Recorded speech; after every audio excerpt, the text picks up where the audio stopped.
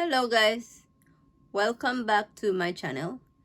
Today I will be talking about feminine hygiene, especially during your menstruation or your menstrual cycle.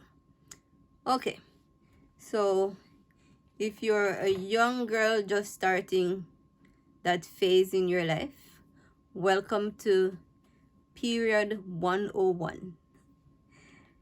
So I think of a period as I'll call menstruation period, so don't worry about it. It's called period, it's called menstruation, it's called your sister from Red Hills, a lot of different names for it.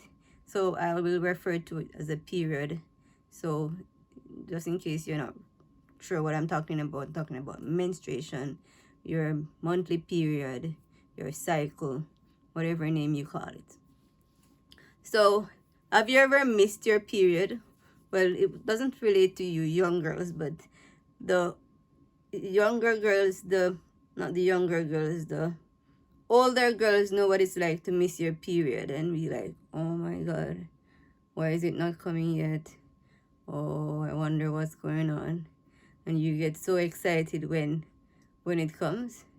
Yes. So it can be a blessing and it can be a nightmare.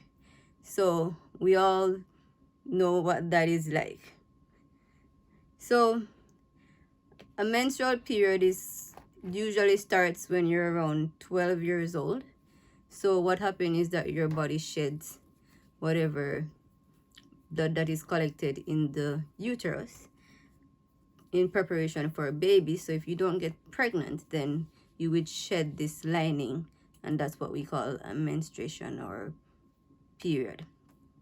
Some women can bleed for 4 days, some bleed for up to 6 days. Some people have a normal regular flow, some people have a heavy flow. You can lose up to 35 mils of blood or up to 80 mils of blood for those who have very heavy menstruation. So it's just one of those things that women have to deal with. And today I will be covering some of the things that you should be doing to keep yourself fresh and clean and healthy during your menstruation. So let's talk about the type of different feminine products that are out there. So there is a plethora of products out there, and we have the oldest one on the market is our pads. Always is just a brand that I use. We have the newest thing on the market, the Diva cups. Tampons have always been around for a good while now. There is organic cotton pads for those women who are very sensitive. They have different sizes. You have so many different sizes. No more maxi pads, no more bulky pads. They're all long, sleek. You have liners. Yeah. So I have my collection there. So okay. So we have gone over the different types. So we have tampons, pads, Diva cups. Those are pretty much what they are, and you just have different lengths, different shapes. Some of them have wings, some don't have wings, panty liners. So there are different things to cater for your different needs. So that covers the different types of hygiene products that are out there. So always be ready, girls. So for young girls, there is like your period can start suddenly. I remember when I was in 7th grade, I was maybe 11, 12. I was sitting in class, and then that's when I got my first period. So it just came down and I had to go to the washroom and get ready. So it's always good to, as soon as you're around that age, for mothers to speak to their daughters. And every woman, every girl should have their little bag that they can keep their sanitary pads handy. So we have our little pad, we have our liners, we have or extra panties, right?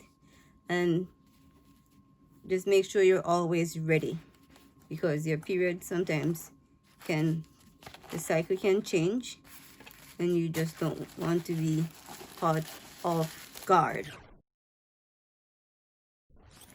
So just have that in your bag. Every woman should have one of these. I'm sure if you search anybody's bag, any woman's bag, you'll find one of these. Okay? All right. Let's talk about how often to change a pad. So for those who are heavy bleeders, they might change a pad maybe every 2 hours. On an average, you want to change your pad every 3 to 4 hours, because as soon as it gets wet and heavy, it will leak, it will mess up your clothes, it will cause you to chafe, and you just want to remove that away from your body. So take it.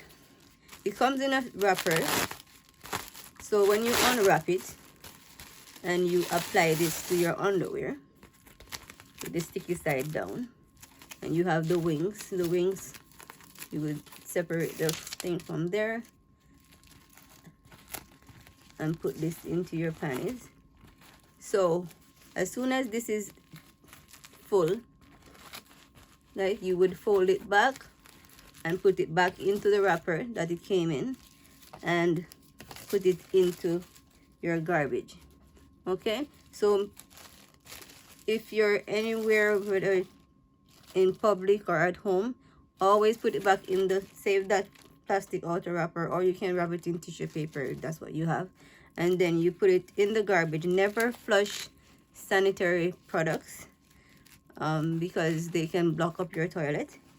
And make sure you're washing your hands with soap and water after you handle that, because it is prone to like bacteria is always on them, so you don't want to spread that bacteria to other places. So make sure you're washing your hands after you change your pads. So every 3 to 4 hours for pads, and for tampons it's every 4 to 6 hours. So we dispose our pads. I remember when I was living with my grandmother, she was very strict about burning the pad. So one day she said, I need to burn the pads. I shouldn't put it in the garbage, because the dogs will get to the garbage when we put it out for the garbage truck. So she decided, okay, you need to burn the pad. Anyway, I decided to burn the pad outside, and the fire was spreading in the backyard, and I had to get the hose to get the fire out. So that was another drama. There's so many period stories that I have. Oh my God. Then for shower and bathing, make sure you're showering and bathing, because you're moving like a waste product from your body. So you need to be washing yourself with sensitive soap, or some people recommend no soap, but I just recommend a sensitive soap like Dove, which is pretty good for sensitive skin, especially for down there. So use something like that on scented soaps. I do use a bit of lemon flavored natural soap, but for people who have sensitive skin, please use your sensitive Dove soap. Okay, and make sure you're bathing, showering, putting on clean underwear, and changing your pads regularly. Then keeping track. I usually have a calendar, and I put my day when I start my period and when I end my period. It's a good thing to track your period. So for those women who are planning to start their family, it's a good way to keep track of when your period starts, so you know when you're ovulating. It's also good for when you go to the doctor, when you're doing certain medications, you want to know when was your last period, because certain medications are not, if you're taking contraceptive, you don't want to be pregnant and taking certain medications. So it's good to keep track, so at least you know what your cycle is like, because every woman is different and everybody has a different cycle. We haven't spoken about your nighttime routine. So for nighttime, what I do is I change my pad to go to bed. And a little trick that I have is I would put my regular pad on, and then